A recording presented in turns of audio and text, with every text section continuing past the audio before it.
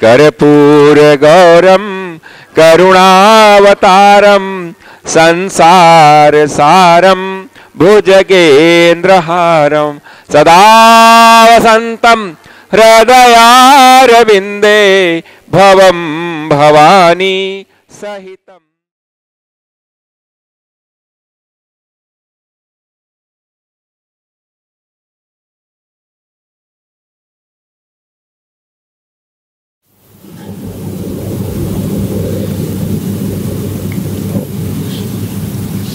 सोतुवाच यथा दारुवने रुद्रम विनिन्द्यं मुनया पुरा तस्मात् सेव्या नमस्कार्या सदा ब्रह्मविदस्तथा वर्णाश्रम विनिर्मुक्ता वर्णाश्रम परायणैः।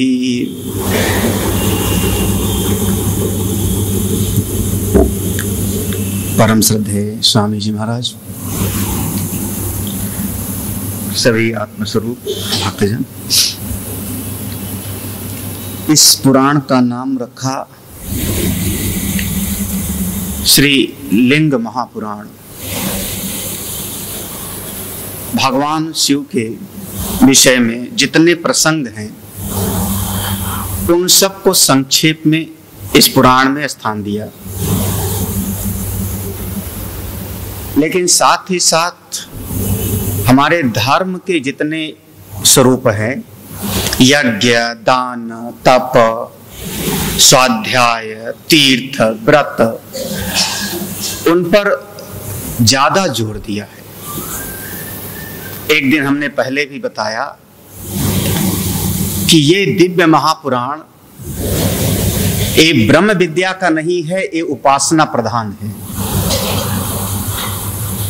और उपासना के जितने भी स्वरूप हो सकते हैं, जितने अंग हो सकते हैं, उनका सबका इसमें विस्तार से निरूपण है।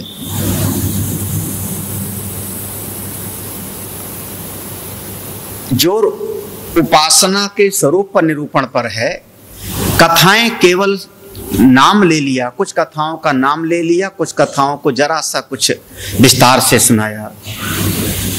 जिस समय सृष्टि की उत्पत्ति का प्रसंग सुनाने लगे सूत भगवान, क्रम वही है, किसी की कल्पना हुई, किसी ने अपने मन में एक संकल्प किया, जिसने संकल्प किया वही शिव, वही साक्षात परमात्मा। और उनके संकल्प से वर्णन तो यहां तक है कि भगवान शिव ने अमृत लिया और अमृत ले करके अपने ही शरीर के दाएं अंग पर मल दिया। ये है निरूपण। एक तो स्वयं परमात्मा जन्म मृत्यु के परे, जिनमें 6 विकार नहीं है, उसको हम कहते हैं परमात्मा। 6 विकारी से रहित जो तत्व है वो है आत्मा परमात्मा।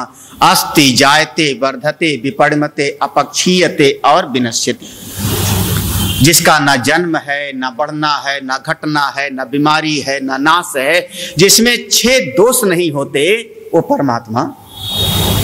और उस पर से भी उन्होंने अमृत स्वरूप को, ज्ञान स्वरूप को अपने शरीर से मला, और जैसे अपने अंग से अमृत को मलते हैं, तत्काल एक परम पुरुष प्रकट हो जाता है। उसने कहा, मेरा नाम क्या, मैं करूं क्या? प्रभु, अगर आपके स्वरूप से मेरा एक, जैसे छाया के रूप में हमारे शरीर की एक छाया पड़ती है, आपके स्वरूप से अगर मैं प्रकट हुआ हूं, तो आप मेरा नाम तो बताइए, मैं करूं क्या? भगवान ने कहा, तुम सृष्टि के कण कण में व्यापोगे, सृष्टि के कण कण में तुम्हारा वास होगा, इसलिए तुम्हारा नाम विष्णु, सर्वव्यापकत्वात् विष्णु। सृष्टि के कण कण में जो रहे उसका नाम विष्णु। इस प्रकार से भगवान विष्णु की उत्पत्ति हुई। क्या करूं मैं? जब ये प्रश्न सामने हुआ तो भगवान की आज्ञा हुई, तुम अभी सोओ, अभी तुमको कुछ करने की जरूरत नहीं, अभी आप शयन करो, समय आने पर सब होगा। और उसके बाद भगवान नारायण क्षीर सागर में शयन करने लगते हैं। और ये भगवान नारायण का नहीं बल्कि उन परमात्मा का संकल्प कि उनकी नाभि से कमल का फूल निकला, उसके ऊपर ब्रह्मा जी प्रकट हुए और ब्रह्मा जी ने खोज करना शुरू किया कि मैं कहां से पैदा हुआ, मेरे जन्म का कारण कौन।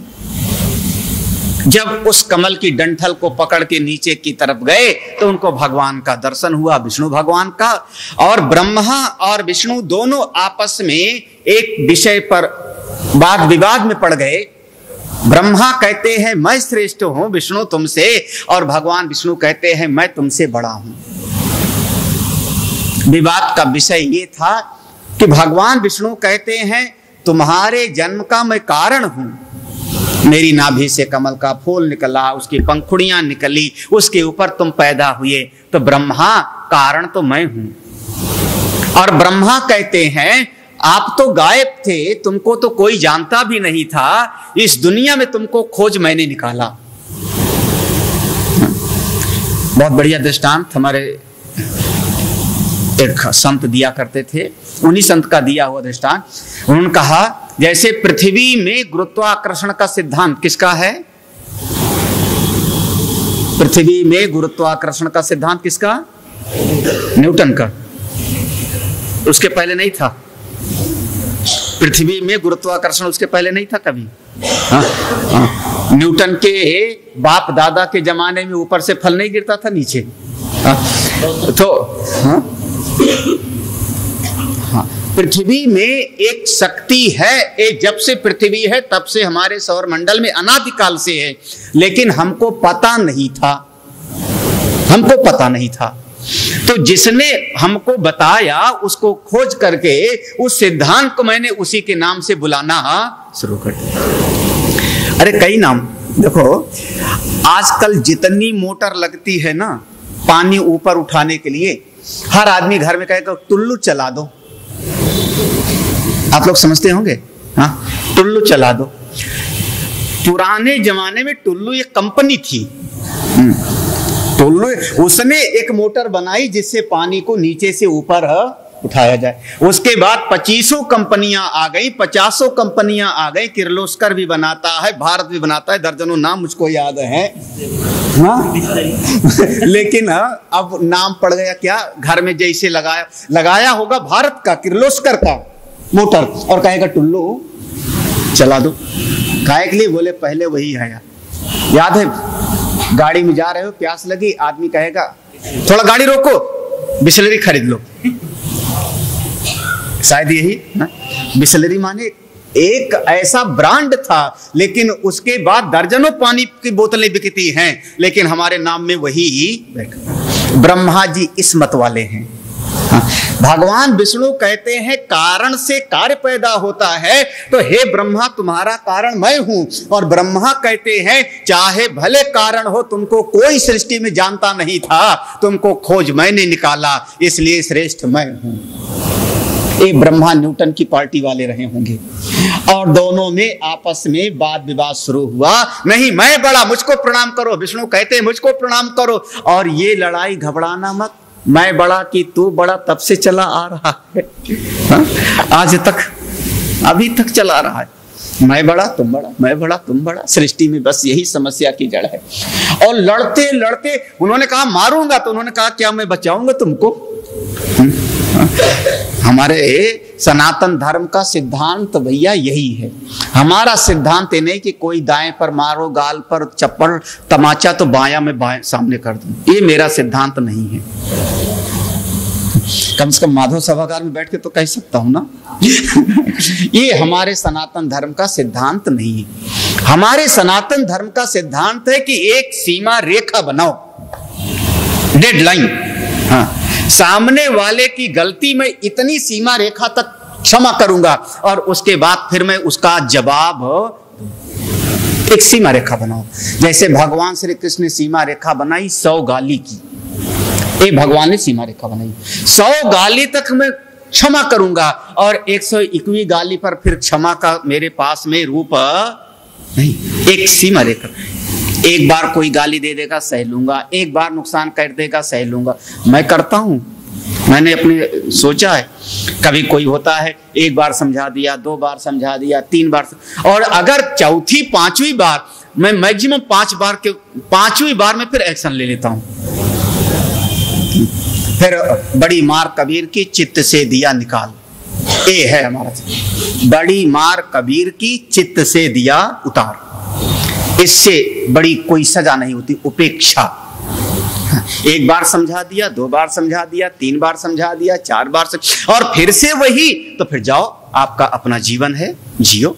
फिर मेरी जरूरत तुमको हो नहीं, मेरे बगैर भी आपकी साधना हो सकती है, जाओ। चित्त से निकाल देना, एक डेडलाइन बनाओ। हनुमान जी ने बनाया है, हम हनुमान जी वाली लाइन के कायल हैं। सुंदरकांड की चौपाई है ना, जब रावण ने कहा, अरे बंदर बता तूने किस लिए मारा मेरे राक्षसों को, तो हनुमान जी ने पूरा उपदेश दिया, मैं राम का दूत हूं।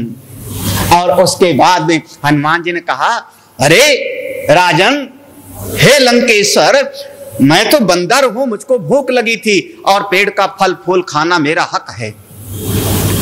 मैंने भी सुंदर सुंदर फल देखा तो मैंने खा लिया। और लंकेश्वर, अगर मैं बंदर हूं तो बंदर चंचल होता है, अपने चंचल स्वभाव से एक डाल से दूसरी डाल पर कूदा होऊंगा, और कूद टूट गई 2-4 डालें तो मैं क्या करूं? और इसके बाद वाली जो चौपाई है, जिन मोहि मारा ते ही मैं मारे, बस ये है हमारा सिद्धांत। हाँ, क्षमा कायरों का नहीं, वीरों का भूषण होता है। आप जवाब देने में समर्थ हो और फिर क्षमा कर दो। आप सामने वाले को 2 थप्पड़ मारने में सामर्थ्यवान हो और फिर क्षमा करके दिखाओ। सामने वाला 3 स्टार वाला खड़ा हुआ है, 2 थप्पड़ मार दिया तो आपने उसको क्षमा कर दिया, जा तो उसको क्षमा करता हूं। कौन सी बड़ी बात हो गई? आप में सामर्थ्य हो, वीर हो, और फिर क्षमा करके दिखाओ तो बात है। अन्यथा तो जिन मोई मारा तिन मैं मारे। भगवान विष्णु ने कहा, ब्रह्मा तू मानता नहीं, मारूंगा तुमको अभी मैं। तो ब्रह्मा जी ने कहा, मैं भी मारूंगा, मैं कोई छोड़ूंगा। यहां से शुरू हुआ है। और दोनों के बीच में जब लड़ाई शुरू हो जाती है, ब्रह्मा विष्णु के बीच में घोर युद्ध होता है, बड़े विस्तार में वर्णन है। और इतना विस्तार हुआ कि तब तक लड़ते रहेंगे आप, जब तक आपके भीतर अहम भावना रहेगी, मैं बड़ा, तब तक संघर्ष समाप्त नहीं होगा। संघर्ष समाप्त करना हो तो भीतर ज्ञान की ज्योति जलाओ। और वही घटना होती है, दोनों के लड़ते लड़ते अचानक, जो शिवरात्रि का समय है, फाल्गुन के महीने की शिवरात्रि का समय है, उसी दिन दोनों के बीच में एक दिव्य प्रकाशमय स्तंभ प्रकट हो जाता है। जैसे कभी हम अंधेरी रात में टार्च लगावें तो ऊपर रोशनी की किरण चली जाएगी। कभी कभी हम लोगों के शहर में सर्कस वाले आते हैं तो उनकी रोशनी दिखाई पड़ती है, एक लाइट। ब्रह्मा और विष्णु दोनों संघर्ष कर रहे हैं और अचानक उनके बीच में प्रकाश निकल आया और वहां से शुरू हुआ। भगवान विष्णु ने पूछा, ब्रह्मा ये क्या है? ब्रह्मा ने कहा, नहीं जानता हूं। ब्रह्मा जी ने कहा, तुम जानते हो? भगवान विष्णु ने कहा, नहीं जानता हूं। तब दोनों ने कहा, हम और आप बेकार में ही लड़ रहे हैं कि हम बड़े तुम बड़े, हम बड़े तुम बड़े। अरे जब हमको इतना पता नहीं कि हमारे सामने ये प्रकाश खड़ा हुआ है और ये क्या है, तो हमको लड़ना नहीं चाहिए, इसी का पता करना चाहिए। ये जो प्रकट हुआ, ये है हमारा ज्योतिर्लिंग, ये भगवान का प्रथम ज्योतिर्लिंग, इसको हम कहते हैं। जो प्रकाशमय स्तंभ है, जिसके ऊपर ब्रह्मा जाते हैं पता नहीं लगता, नीचे भगवान विष्णु जाते हैं पता नहीं लगता, जिसका आदि और अंत कोई न जान पावे, वो है ज्योतिर्लिंग। उन भगवान का इसमें वर्णन है। उसके बाद जब दोनों को पता नहीं लगता, ना ब्रह्मा को ना विष्णु को, दोनों लौट के आए, तब दोनों ने प्रार्थना किया और उनकी प्रार्थना से वो जो परमात्मा हैं, जो प्रकाश स्वरूप हैं, जिनकी सत्ता मात्र है, वही परमात्मा अव्यक्त से व्यक्त होते हैं। हाँ, जन्म नहीं, जन्म मत कहना, अव्यक्त से अव्यक्तात् प्रभवा, अव्यक्त से व्यक्त होता है सृष्टि। आप पहले थे अव्यक्त और अव्यक्त से हो गए व्यक्त। कैसे? जब मैं मां के गर्भ में था तो अव्यक्त था और जब दिखाई पड़ने लगा तो हो गया मैं। जब मैं किसी और लोक में रहा होऊंगा तो अव्यक्त था, जब वहां से इस शरीर में आया मां के गर्भ में तो व्यक्त हो गए। अव्यक्त से व्यक्त होते हैं। सत्य तो यह है कि ना जन्म है और ना मृत्यु है। देखने वालों की नजर में जिन्होंने जाना है वो कहते हैं जन्म और मृत्यु दोनों झूठ है, 100% झूठ है। ना किसी का जन्म है और ना मृत्यु है, बस केवल आना और जाना है। अव्यक्त से व्यक्त होता है और व्यक्त से अव्यक्त होता है। एक दिन हम इतने बड़े रहे होंगे, फिर इतने बड़े हुए, फिर माँ मेरी खाती गई, चावल दाल अन्न जल, इतने बड़े हो गए, 10 पाउंड के हो गए, गर्भ से बाहर आ गए, 4 किलो के रहे होंगे, फिर अन्न जल खाते गए। आपका शरीर क्रमिक रूप से बढ़ता गया। इस शरीर का जन्म नहीं हुआ। बड़ा थोड़ा सा कठिन हो सकता है अगर इस शरीर का जन्म नहीं हुआ, शरीर का क्रमिक विकास हुआ है।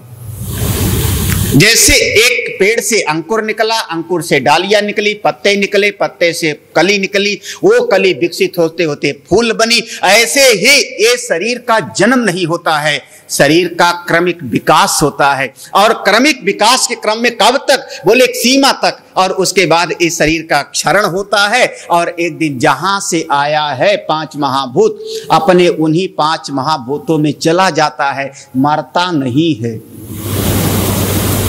कम से कम संतों की नजर समझना, शरीर की भी मृत्यु नहीं होती, जीव की तो मरेगा क्या, शरीर ही नहीं मरता। जब हमने चिता पर रखा शरीर को तो इसमें जो मिट्टी का अंश था राख बन गया, मिट्टी में चला गया, जो इसमें जल का अंश था जल में चला गया, जो इसमें अग्नि का अंश था अग्नि में चला गया, जो इसमें वायु का अंश था वायु में चला गया। तो सब मूल चीजें अपने अपने कारण में जाके विलीन हो गई, मरा क्या? मृत्यु किसकी हुई? हाँ? घड़ा हमने मिट्टी डंडा मारा, घड़ा टूट गया, गमला टूट गया, नष्ट क्या हुआ? क्योंकि मिट्टी पहले भी था, मिट्टी था, उस मिट्टी को कुम्हार ला करके ऐसा बनाया होगा, था मिट्टी। जब गमला दिख रहा है तब भी है मिट्टी, और जब हमने तोड़ दिया तब भी हो गया मिट्टी। नष्ट क्या हुआ? केवल एक आकृति बदली, एक रूप बदला। वाचा रंभड़ो विकारो नाम धेयम मृत्तिका इत्येव सत्यम। कुछ नहीं मृत्यु होता, सब अपने। तो केवल अव्यक्त से व्यक्त होता है। आज आप दिखाई पड़ रहे हो, शायद 50 साल के बाद में हम दिखाई ना पड़े। इसका मतलब मत समझने का आप हो नहीं हो, दिखाई नहीं पड़ते लेकिन फिर भी हो, बस कहां पर हो इसमें फर्क होगा। हो सकता है आप पितृलोक में हो सकता है गंधर्व लोक में हो सकता है देवलोक में हो, या हो सकता है आप ब्रह्मा जी के लोक में हो, या हो सकता है आप गधा और कौवा के शरीर में चले आए हों। आप आगे भी रहोगे, बस दिखाई नहीं पड़ोगे, कहीं ना कहीं तो रहोगे ना। मृत्यु क्या?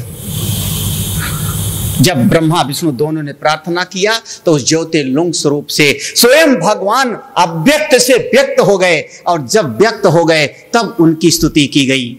कर्पूर गौरम करुणावतारम संसार सारम भुजगेंद्रहारम सदा वसंतम हृदयारविंदे। ये भगवान के व्यक्त स्वरूप की स्तुति है, और शिवलिंग भगवान के अव्यक्त स्वरूप का प्रतीक है। बस ये 2 शब्द में सुना, अव्यक्त और व्यक्त। जब हम शिवलिंग के ऊपर जल चढ़ाए तो भगवान के प्रकाश स्वरूप का, और जब हम भगवान को चंदन लगाए, टीका लगाए, जो मृगचर्म पहने हैं, सांप लपेटे हैं, बिच्छू का कौंडल पहने हैं, तब वो भगवान का व्यक्त स्वरूप है। ये भगवान के ही 2 स्वरूप हैं, अव्यक्त और व्यक्त। बस ये शब्द है, हाँ, और बिल्कुल स्पष्ट है, इसमें कोई इसमें कठिन भी नहीं है, बड़ा आसान सा है। इसमें जहां जहां पर भगवान का वो ज्योति स्वरूप प्रकाश स्वरूप प्रकट हुआ, वो स्थान हो गया ज्योतिर्लिंग। कुल 66 ज्योतिर्लिंग हैं, 66। अब आप लोग जो कुछ सुने होंगे भैया पहले से, हाँ थोड़ा अपना जो है, क्योंकि नया पुराण है ना सबके लिए, तो 66 ज्योतिर्लिंग हैं पूरे पृथ्वी पर, जहां भगवान का अव्यक्त स्वरूप की शक्ति प्रकट हुई है। लेकिन उन 66 में से 12 बहुत जगत विख्यात हो गए हैं। और दुनिया ऐसी है ना, जो विख्यात हो जाए उसी की पूजा होती है। भगवान शंकर जी का मंदिर चाहे जितना बढ़िया बनाओ, लखनऊ में बढ़िया से बढ़िया आप 10 लाख का बना के, 20 लाख का, आप 25 लाख का मंदिर बनाओ भगवान शंकर जी का, लेकिन जो महिमा मनकामेश्वर की होगी, वाराणसी में पूज्यपाद मदन मोहन मालवीय जी ने भगवान शिव का मंदिर बनवाया, दिव्य मंदिर बीएचयू के अंदर। लेकिन काशी विश्वनाथ तो विश्वनाथ ही है।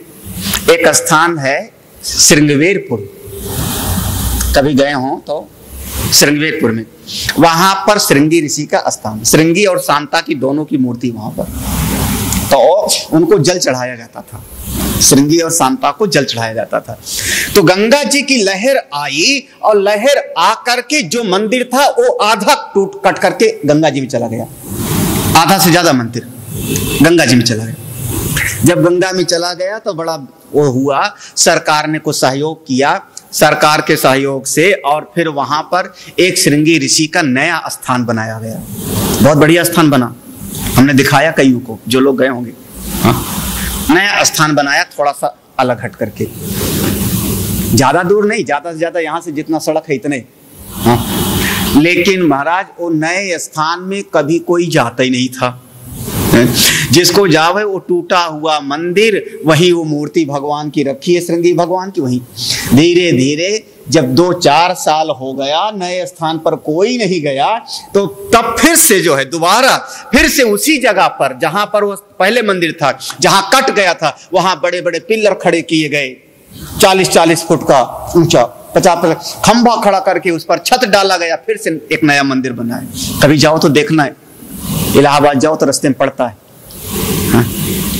जो ना देखा होगा नहीं जानेगा। भगवान राम नाव पर कहीं बैठे थे ना एक बार, हाँ? एक ही जगह है जहां भगवान राम कुछ मांगे और कहने वाला मना कर सकता है, और पूरे रामायण में कोई जगह नहीं है। रामायण में कोई ऐसा प्रसंग नहीं जहां भगवान मांगे और देने वाला कहे नहीं। कोई ढूंढना, बस एक ही जगह है, मांगी नाव न केवट आना, एक ही जगह है, और मना करने वाला भी कोई राजा महाराजा नहीं है? ये वही की घटना है। दर्शन करो। तो स्थान की बात है, भगवान के 66 ज्योतिर्लिंग हैं, लेकिन 12 की महिमा बहुत देखिए। सौराष्ट्रे सोमनाथं च श्रीशैले मल्लिकार्जुनम उज्जैन्यां महाकालम ओंकारम अमलेश्वरम परल्यां वैद्यनाथं च डाकिन्यां भीमशंकरम सेतुबंधे तु रामेशं नागेशं दारुकावने वाराणस्यां तु विश्वेशं त्रयंबकं गौतमी तटे हिमालये तु केदारं घुष्मेशं च शिवालये। ये तो याद है लगभग सभी को, लेकिन अब देखना, ये जो श्लोक हैं 3 श्लोक जिसमें 12 ज्योतिर्लिंग का नाम आ गया, शिव पुराण में अलग तरीके से है। जैसा मैंने पढ़ा ऐसा नहीं है, फर्क है। लिंग पुराण में बिल्कुल अलग तरीके से है। लेकिन अब हमारी जबान पे गीता प्रेस से जो छपा, ये गीता प्रेस चूंकि हम लोगों के लिए बड़ा सुलभ किया शास्त्रों को, तो गीता प्रेस से 12 ज्योतिर्लिंगों का ऐसे छापा गया, तो ये हम लोगों की हमारी जबान पे बैठा है, तो ये वही निकलता है। गीता प्रेस से यही छापा, सौराष्ट्रे सोमनाथम च श्रीशैले। लेकिन शिव पुराण में श्लोक फर्क है और लिंग पुराण में बहुत फर्क है, लेकिन नाम वही है, 12 भगवान के ज्योतिर्लिंग। पूछा 12 ज्योतिर्लिंग और बोले भगवान कभी कभी अव्यक्त जो ज्योतिर्लिंग का है व्यक्ति भी होते हैं। जब व्यक्त होते हैं तो कोई ना कोई एक विशिष्ट घटना होती है। कैसी घटना होती है? एक समय की बात है, शौनक आदि ऋषियों यथा दारु बने रुद्रम विनिंद्य मुनया, एक बहुत विचित्र सा वन है जिसका नाम है दारू वन, दारुक वन। दारू, दारू माने लकड़ी जहां बहुत थी, दारू हम कहते हैं लकड़ी को, जहां पर बहुत सारे बड़े बड़े पेड़ हों, अच्छे से लकड़ियों का जंगल हो। वो झाड़ियों का जंगल को हम वो नहीं कहेंगे, वो दारू वन नहीं। झरबेरी का पेड़ है, जैसे पहाड़ में चले जाओ तो। अमरनाथ में नहीं देखा है, मैंने भी देखा है। जैसे नायलम पार करो, है ना, कोडारे के आगे बॉर्डर पार किया, नायलम पार किया, उसके बाद इतना बड़ा पेड़ देखने के लिए तरस जाता है। जितना बड़ा पेड़ हमारे लोगों के घर में लगे हैं, आम का, महुआ का, इतना बड़ा पेड़ फिर 8 दिन के बाद ही दिखता है, जब लौट के आओगे तभी। फिर इतना इतना इतना इतना इतना कहीं से दिखेगा, कहीं वो भी नहीं दिखेगा 8 दिन तक। तो उसको नहीं कहा जाएगा दारू वन माने जहां पर बड़े बड़े लकड़ी के पेड़। हाँ, कहां पर? जैसे आप हमारे गढ़वाल की तरफ चले जाओ, कुमाऊं में चले जाओ तो देवदारू के पेड़ हैं। ऐसे कहीं पर देवदारू का जंगल रहा होगा, दारू वन।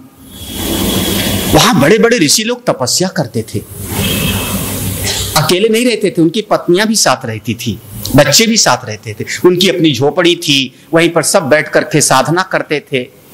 ऋषियों के मन में अपने धर्म के प्रति दृढ़ आस्था थी। हमारे शास्त्र में लिखा है अमुक प्रकार से यज्ञ करना चाहिए, अमुक प्रकार से यज्ञ की विधि है पालन करना चाहिए, और इस यज्ञ का परिणाम हमारी सद्गति होगी, परलोक सुधरेगा। एक नहीं, अनेकानेक ऋषि लोग बैठ करके एक यज्ञ का अनुष्ठान किए। और चूंकि ऋषियों की यज्ञ में ऐसी निष्ठा है कि एक यज्ञ पूरा हो गया, अभी उसका पूर्णाहुति किया, अवभृत स्नान किया, तब तक ऋषियों ने कहा अब करना क्या है, फिर से दूसरा यज्ञ शुरू करते हैं। और काम क्या है? हा? जैसे संतों का और काम क्या? बोले चलो एक हनुमान चालीसा पढ़ लिया, अब बोले दुर्गा चालीसा पढ़ लेते हैं, अब गीता पढ़ लिया, भागवत पढ़ते हैं। एक एक यज्ञ करते चले।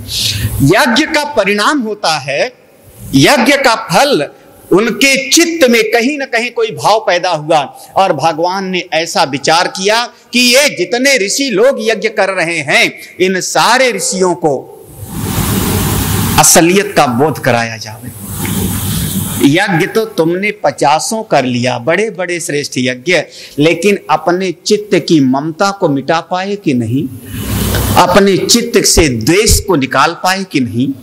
अगर आपके चित्त में राग और द्वेष ज्यों का त्यों है, ममता मोह और आसक्ति ज्यों का त्यों है, तो फिर अभी आपको जो यज्ञ किया उसका पूरा फल नहीं प्राप्त हुआ। क्योंकि सकाम यज्ञ करेगा तो उसकी कामना की पूर्ति होती है, और निष्काम यज्ञ करे तो उसका अंतःकरण शुद्ध होना चाहिए। भगवान भोले बाबा एक दिन अपना चल पड़े कैलाश से और दारुक वन की तरफ चले आए। दारुक वन तक आते आते भगवान शिव दिव्य, बहुत ही तेज वाला, जिनके चेहरे पर एक तेज है, आकर्षण है, बहुत ही सुंदर जुआ पुरुष के रूप में बदल गए अपनी माया शक्ति से। आए और आ करके जो ऋषियों की झोपड़ियां थी, जहां उनकी पत्नियां, कोई पानी भर रहा था, कोई भोजन बना रहा था, उनकी तरफ एक पानी के जल के स्थान पर जल पीने के लिए पहुंच गए। जो उन ऋषियों की पत्नियां जल भर रही थी, उनसे जल मांगा, किसी ने जल पिलाया, वहां भीड़ लग गई।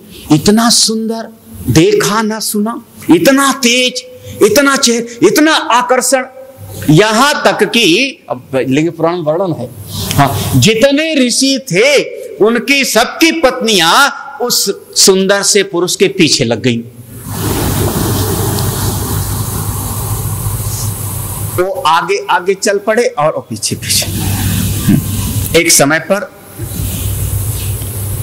अमेरिका में, अमेरिका की बात है, हाँ, शिकागो का ही घटना है, स्वामी विवेकानंद के जीवन की।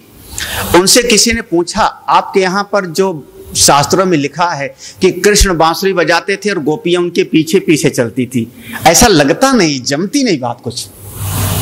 उनसे के सामने प्रश्न रखा, जो उनके बहुत नजदीकी सेवक थे, उन्होंने कहा। बाद में फिर किसी दूसरे दिन कहीं पर उनका भाषण था, स्वामी विवेकानंद गए, भाषण दिए। भाषण दे के जैसे निकलते हैं तो उनके पीछे पीछे 2500 लोग लग गए। भाषण दे के निकले, पीछे पीछे उनको। स्वामी विवेकानंद वहीं खड़े होकर के जिसने पूछा था उसकी तरफ इशारा करके कहा, मैं तो हाड़ चाम वाला मनुष्य हूं, मर्त्य लोक का प्राणी हूं, इसी दुनिया का। जब मेरे पीछे तुम इतने लग गए तो वो तो दिव्य मेरे परमात्मा थे, कन्हई थे, तो उनके पीछे अगर गोपिकाएं लगी तो कौन सी नई बात है। ये तो भगवान शिव की लीला है। भगवान सिखाना चाह रहे हैं, मन को दिखाना चाह रहे हैं। ये छोटे छोटे जो बच्चे थे वो दौड़ करके ऋषियों को बताए, जो ऋषि यज्ञ करने बैठे थे। कोई हाथ में कलाव बांधे दीक्षा लिए हुए, किसी के हाथ में सुरुआ है, किसी के हाथ में समिधा है, किसी के हाथ में पोथी है, कोई शाम का पाठ कर रहा है, कोई ब्रह्मा है, अर्ध्यु है, उद्गाता है, सब पाठ कर रहे हैं, आहुति दी जा रही। और बच्चे जाके बताए तो दादी जी जा रही, माता जी जा रही हैं। हाँ, दादी का भी नाम है, 60 साल का भी। वो कोई एक बालक आया, उसके पीछे पीछे सब जा रहे हैं। ऋषि लोगों ने दौड़ करके देखा उसको, और उसके बाद ऋषियों ने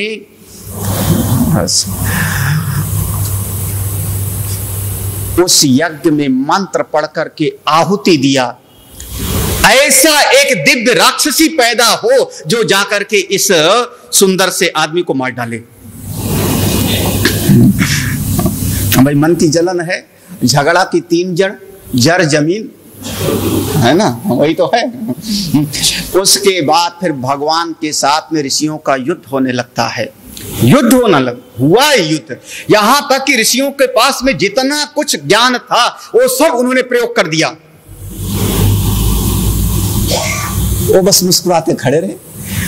कभी जैसे विश्वामित्र और वशिष्ठ की लड़ाई हुई तो वशिष्ठ ने अपना वो डंडा लगा दिया, जिस पर रख के माला जपा करते तो लगा दिया, विश्वामित्र का सब खत्म, उसका कुछ हुआ ही नहीं। जब कुछ हुआ ही नहीं तब ऋषियों के बीच में जो बड़े बड़े विद्वान थे विचार किया, ये क्या है, कैसे हो गया। उसी समय एक महामुनि पधारे, श्वेत मुनि। उन्होंने कहा, अरे ऋषि लोग, इनसे लड़ो मत, संघर्ष मत करो, ये कोई राजकुमार नहीं, कोई व्यक्ति नहीं, ये साक्षात भगवान शिव हैं। सम करोति इति शंकरः, जो जीव का कल्याण करते हैं और जो कल्याणतम स्वरूप है वही तो शिव है, ये साक्षात शिव हैं। तब सभी ऋषियों ने भगवान की वंदना किया, प्रभु हम अज्ञानी, हमने आपसे द्वेष किया, हमने आपसे संघर्ष किया, हमारा अपराध क्षमा हो। भगवान ने कहा, ऋषियों तुम यज्ञ करते थे, बहुत अच्छा, तुम्हारे यज्ञ का ही परिणाम है, यज्ञ करने का फल है कि मैं तुमको यहां पर दिखाई पड़ रहा हूं। हाँ, ये फल तो मिल गया ना, भगवान तो आए पास में, यज्ञ निरर्थक नहीं गया। ऐसा मत कहना कि यज्ञ बेकार हो गया। अगर यज्ञ ना करते तो मैं तुम्हारे सामने आता क्यों? हाँ, भले उस रूप में आया, लेकिन तुम्हारे सामने मैं आया, यही तुम्हारे यज्ञ की पूर्णाहुति है। अब इसके बाद तुमको ज्ञान प्राप्त करना चाहिए, बैठो तुमको सुनाता हूं।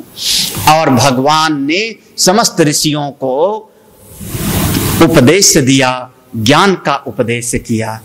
सूत भगवान कहते हैं, भगवान के ज्ञान को सुनकर के सारे ऋषियों का मन संतुष्ट हो गया, भगवान की स्तुति किए और वहां से चले जाते हैं। भगवान अपने कैलाश में चले गए। एक दिव्य कथा श्रीमद् लिंग महापुराण का बहुत ही प्रसिद्ध विषय है। दक्षिण भारत में एक बहुत विद्वान थे, संस्कृत भाषा के प्रकांड विद्वान, तमिल भाषा उनकी मदर टंग, मातृभाषा, उनका नाम था काबी मुरुगनार। काबी मुरुगनार, उनको जब उन्होंने ये पढ़ा तो उनको ये नहीं समझ में आया कि भगवान ने उन ऋषियों को उपदेश क्या दिया, क्योंकि यहां लिंग पुराण में यही प्रसंग है इतना प्रसंग है कि दारुक वन में भगवान आए, ऋषियों के साथ में वैमनस्य पैदा हुआ और बाद में ऋषियों ने पहचाना भगवान को और पहचान करके भगवान की शरण ली तो भगवान ने उनको उपदेश किया। क्या उपदेश दिया ये नहीं है, स्तुति है। क्या स्तुति किया ऋषियों ने भगवान की, लेकिन उपदेश नहीं है। नहीं समझ में आया तो इसी ग्रंथ को लेके पहुंच गए तिरुवन्नामलई नाम का स्थान, अरुणाचलम पर्वत, जहां पर निवास करते थे भगवान रमण महर्षि। रमण महर्षि के पास में कवि मुरुगनार पहुंचे, प्रणाम किया। ये प्रसंग पुराण में है, पुराण में ये प्रसंग तो है, लेकिन भगवान ने उपदेश क्या दिया इसमें नहीं है। अगर आप उपदेश अपनी तरफ से, क्योंकि हम आपको साक्षात शिव ही समझते हैं, उपदेश क्या दिया वो लिख दीजिए तो विषय पूरा हो जाए। भगवान रमण महर्षि ने तमिल भाषा में, हिंदी में नहीं, संस्कृत में, तमिल भाषा में 30 श्लोकों में, 30 लाइनों में उन्होंने भगवान का उपदेश लिखा, जिसको फिर कवि मुरुगनार ने ही, नारायण ने उसको, उस उपदेश को संस्कृत में अनुवाद किया और उसका नाम पड़ा उपदेश सार। कर्तुराज्ञया प्राप्यते फलम कर्म किं परम कर्म तज्जडम कृतिमहो दधो पतन कारणम फलम शाश्वतम गति निरोधकम ईश्वरार्पितम निश्चया कृतम चित्त शोधकम मुक्ति साधकम। कभी सुना हो शायद, मैंने पढ़ाया है इस ग्रंथ को और यहाँ तक कि हमारे प्रवचन को टेप कर लिया था, छपा ही है, मेरे ख्याल में होगा काउंटर पे। उपदेश सार नाम का ग्रंथ, ये उपदेश वहाँ पर है, 30 श्लोक है और पूरा का पूरा कर्म का, भक्ति का, ज्ञान का पूरा उसमें निष्कर्ष है। शुरुआत यहीं से है, कार्तु आज्ञया, जो तुम यज्ञ कर रहे हो ना, इस यज्ञ से फल नहीं, किसी की आज्ञा से फल मिलता है। फल देने वाला कोई और है, क्योंकि अनित्य से नित्य नहीं मिलता। तुम्हारा श्रुआ अनित्य है, तुम्हारी ईंट अनित्य है, तुम्हारा साकल्य अनित्य है, तुम्हारी पोथी अनित्य है, जितनी चीजें हैं सब अनित्य हैं। तो अनित्य से नित्य की प्राप्ति कभी भी नहीं मिलती, यहां से शुरू होता। तो उपदेश सार वो ग्रंथ दिव्य ग्रंथ हो गया। बोलिए सच्चिदानंद भगवान की। अब क्या सुनाया है, अब उसमें मेरा नहीं जा रहा। इसके बाद फिर से सूत जी से पूछा शौनक आदि ऋषियों ने, हे भगवान, भगवान के लिंग का 2 स्वरूप आपने बता दिया, अव्यक्त के रूप में लिंग है और व्यक्ति के रूप में भगवान शिव साक्षात प्रकट हैं। ये तो समझ में आया, लेकिन भगवान के जो परिकर हैं वो अब शुरू किया। एक बहुत बड़े महान पुरुष थे, तपस्वी, जो जन्म से सूरदास थे, उनकी आंख नहीं थी, पत्नी बड़ी श्रद्धा वाली, बड़ी सेवा भक्ति करती थी, दोनों मिलकर के भगवान की आराधना करते थे। नाम था उनका शिलाद। शिलाद ऋषि अपनी पत्नी के साथ दिन भर दिनचर्या, पूजा पाठ, क्योंकि आंख तो है नहीं, संसार की कोई बहुत ज्यादा कामना भी नहीं है, बस भगवान की सेवा पूजा। धीरे धीरे कुछ समय के बाद इनकी साधना सफल होती है। देवता प्रकट हुए, क्या चाहिए, वरदान मांगो। शिलाद ने कहा, मुझको एक ऐसा पुत्र चाहिए जो अयोनिज हो। अयोनिज पुत्र, अयोनिज माने योनि से ना पैदा हुआ हो, जैसे माता पिता से पैदा होते हैं, जैसे मैथुनी सृष्टि चलती है, ऐसे नहीं, हमको एक अयोनिज पुत्र चाहिए। क्योंकि अगर इस जगत के अनुसार कोई बच्चा पैदा होगा तो उसको कोई भी आके मार देगा, और अयोनिज होगा तो उसको कोई मार नहीं सकेगा। उन्होंने कहा, मेरे बस में नहीं है, मेरे बस में नहीं है, भगवान की ही आराधना करो। फिर से भगवान की आराधना किया, भगवान से भी यही प्रार्थना किया। तब शिलाद ऋषि को वरदान दिया, ऐसा तो संभव नहीं है कि अयोनिज संतान पैदा हो, लेकिन मैं ही तुम्हारे यहां पर आऊंगा। स्वयं भगवान ही अपने एक स्वरूप से, स्वयं भगवान शिव ही अपने, अब देखो अव्यक्त है ज्योतिर्लिंग, व्यक्त हुए उनका जो स्वरूप हम लोग देखते हैं त्रिनेत्रधारी, वो व्यक्त है, और उन्हीं से फिर एक और प्रकटीकरण होता है। स्वयं भगवान ही आकर के शिलात के यहां पर प्रकट होते हैं, जिनका नाम रखा नंदी। बोलिए नंदीश्वर भगवान की। नंदी को साधारण मत समझना, बैली मत समझ लेना आप लोग। हाँ, पता नहीं क्यों जो है लोग भजन गाते हैं, बूढ़े बैल पे होके सवार। हाँ? मतलब नंदी हो गए हमारे बूढ़े। ऐसा भजन सुना है कि नहीं? मैंने सुना है, इसलिए मुझको अच्छा नहीं लगा था, बूढ़े बैल पे होके सवार। अरे नंदी भगवान को बूढ़ा कोई कहे?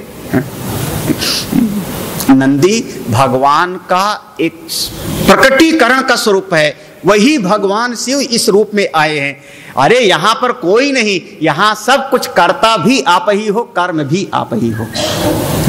आप ही लीपे, आप ही पोते, सब कुछ वो आप ही कर रहा है। हाँ, उसी ने संकल्प किया, उसी ने पांचों महाभूत बना दिया, उसी ने सब किया, तो सबके रूप में तो वही है ना, दूसरा कहां से आया? कैसे? जैसे जिस समय में सपना देखने लगा, गहरी नींद में गया और सपना देखने लगा, सपने का शेर भी मैं हूं, सपने का हाथी भी मैं हूं, सपने का पानी भी मैं हूं, सपने का आकाश भी मैं हूं, और सपने का आदमी भी मैं हूं, सपने का श्रोता भी मैं हूं, सपने का वक्ता भी मैं हूं, सब तो मैं ही हूं। तो इस सृष्टि में सब कुछ वही एक तत्व का ही पसारा है, अलग मत समझना। तब कहा नंदी धर्म के स्वरूप है। हाँ, नंदी जैसे चार पांव पर, चार पांव हैं धर्म के, तप, सत्य, शौच और दया। सत्य, शौच, तप और दया, ये सब चार पांव हैं। नंदी उनके स्वरूप हैं। अभी भी आप लोग कभी देखा होगा, शायद सोमनाथ में देखा होगा या कहीं और देखा होगा। हाँ, सीधे भगवान से फरमाइश मत करना जा करके। हाँ, कितने सारे लोग ना समझ, सीधे भगवान के सामने पहुंच गए, भगवान के सामने जा करके घोषणा कर, प्रभो धनम दे, जन्म दे, यशम दे, शत्रुम विनाशय। हाँ, भगवान को बहुत खराब लगता है। कोई बहुत बड़ा नेता होता हो, प्रधानमंत्री, तो सीधे वहां तक थोड़े पहुंचोगी आपकी। अगर आपको वहां कोई फरियाद करनी तो कोई उसका पीआरओ होगा, पीए होगा, उसके थ्रू जाना पड़ेगा ना। ऐसे सीधे थोड़े पहुंच जाओगे। तो ऐसे ही अगर कहीं शंकर जी के मंदिर में जाओ, अपने उत्तर भारत में नहीं, दक्षिण भारत में बहुत है, पूरा यही, और कोई मनोकामना है तो भगवान से मत कहना, जो नंदी विराजमान है उनके कान में मुंह लगा के कह देना। कभी देखा है आप लोगों ने कान में मुंह लगाते हुए? हाँ, पूजा कर, हाँ, कान में मुंह लगा के। पहली बार मैंने देखा तो मैंने सोचा कान में क्यों मुंह लगा रहे। जब आज के 15 साल पहले मैंने देखा ये घटना तो मुझको अजीब सा लगा। जब मैं पहली बार गया, हाँ 90 में गया मैं साउथ, सन 90, हाँ 20-21 साल हो गया। तो वहाँ पर जहाँ मैं शंकर जी के जहाँ था वहाँ कान में मुंह लगा करके कुछ न कुछ बोल रहे हैं, तो मुझको अजीब। तो मैंने फिर खोजा, इसको पूछा मैंने पुरोहितों से, तो उन्होंने हमको समझाया। उन्होंने समझा ब्रह्मचारी है, ठीक से समझा दिया जाए, तो समझाया। अगर आपको कोई प्रार्थना पत्र लगानी हो, प्रभु धन देना, जन देना, तो किससे कहना? हाँ, नंदी के। और ये तरीका आज तक थोड़ा बहुत चलता है। अभी भी मैं एक बात मानता हूं कि किसी का जो ड्राइवर हो उससे दुश्मनी मत करना। हाँ, समझ रहे हैं आप लोग? बड़े आदमी का, कोई बड़े आदमी का कोई ड्राइवर हो, उससे दुश्मनी कर लोगे महाराज, आपका बनता काम ना बिगड़ जावे तो बताना, बनता काम ना बिगड़ जावे तो बताना। हाँ, क्यों? क्योंकि आप 5 मिनट के लिए टाइम पाए हो, 10 मिनट का टाइम पाए हो, और ड्राइवर 2-2 घंटा रहता है साथ में, आगे गाड़ी चलाते चलाते बोलता जाएगा कुछ ना कुछ। हाँ, साहब पीछे बैठे बैठे सुनते जाएंगे और सारा काम का सत्यानाश। क्या बात नहीं जाना? सही कह रहा हूँ। हाँ, और अगर आप ड्राइवर को पटा लो, ना काम बन जाओ, बता देना मुझको। इसीलिए जितने अफसरों के ड्राइवर हैं वो सब हमसे खुश रहते हैं। उनको मैं 2-2 प्रसाद देता हूँ, 3-3। आप सुन, तो भगवान का ड्राइवर कौन? हाँ, भगवान सवार किस पे हुए? नंदी जी पर। तो नंदी जी से कभी दुश्मनी मत करना। कई लोग गए नंदी जी को किनारे छोड़ दिया, उनको प्रणाम तक नहीं किया, सीधे भोले बाबा के पास पहुंच गए। सीधे नंदी बाबा वहीं बाहर बैठे बैठे कहते जाओ जाओ, काम बन जाए तो बताना फिर मुझको। हाँ, कुछ नहीं बनेगा। हाँ, नंदी भगवान जहां भीतर, जैसे अच्छा मान लो हनुमान वहां अयोध्या चले जाओ और अयोध्या में जाकर के भगवान का दर्शन करना चाहो तो वहां पर पहरेदार कौन है? अयोध्या में आप सीधे चले गए कनक भवन में, ठाकुर जी से काम करा लूं, नहीं हो गई। विश्वास करना पक्का, क्योंकि पढ़ते हो हमेशा, मैं सुना रहा हूं, राम दुआरे तुम रखवारे होत न आज्ञा। इशारे माने जब उस इशारा करते हैं जाओ तब प्रवेश पाओगे। तो पहले हनुमान गढ़ी पे जाओ, हनुमान जी का दर्शन करो, उनको मना लो, तब जाना भगवान के पास में। सीधे पहुंच जाओगे तो आपका प्रवेश नहीं जम रही है आपको बात। फिर आप अगर सीधे गए तो आप मूर्ति का दर्शन करके चले आओगे, और वैसे जाओगे, भाव से जाओगे तो भगवान का दर्शन हो गए। मूर्ति दर्शन में और भगवत दर्शन में फर्क हो सकता है।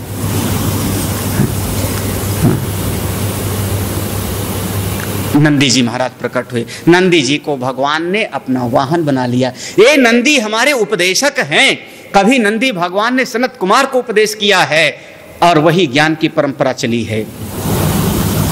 सूत भगवान ने कहा, हे सौनकादृशियों, नंदी भगवान ने जो सनत कुमार को उपदेश दिया है वो मैं तुमको थोड़े से शब्दों में सुनाता हूं। थोड़े से शब्दों में, अब विस्तार में नहीं, थोड़े से शब्दों में। क्या उपदेश दिया नंदी ने सनत कुमार को? देखो, नंदी भगवान का पहला उपदेश है कि कर्म करने में आप स्वतंत्र हो, फल पाने में स्वतंत्र नहीं हो, लेकिन कर्म करने में स्वाधीन हो। बहुत सच। हाँ, अगर आप ये कह दो कि सारी सृष्टि के पत्ते पत्ते को चलाने वाले भगवान हैं, जो होता है सब भगवान की इच्छा से होता है, ये गलत है।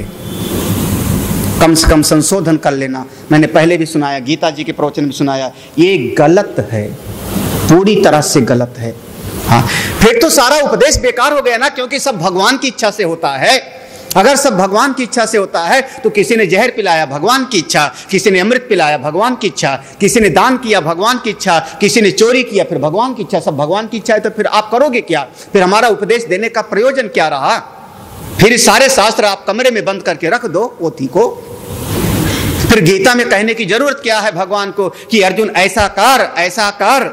हाँ, तो अर्जुन कह देगा जब आपकी इच्छा होगी तो हो जाएगा, कह सकता है। जब भगवान कहते हैं मन मुझ में लगा, बुद्धि मुझ में लगा, तो भगवान कह सकते, अर्जुन कह सकता है जब आपकी मर्जी होगी तो हो जाएगा, क्योंकि सब आपकी मर्जी से होता। ये बोलचाल में सुना दिया जाता है, बहुत ही आप समझना साधारण तरीके से बता दिया जाता है, आगे बढ़ाना। भगवान की इच्छा से नहीं चलता सब, भगवान की शक्ति से सब होता है। अगर इतना संशोधन कर लो तो मैं राजी हूं। भगवान की शक्ति प्लस जीव की इच्छा, हमारी इच्छा, दोनों जब मिल जाता है, इंद्रियों की शक्ति, इंद्रियों में कार्य करने की शक्ति, भगवान का वो चेतन दिया हुआ और जीव की इच्छा, जब तीनों मिल जाता है तब क्रिया होती है। नहीं समझाया?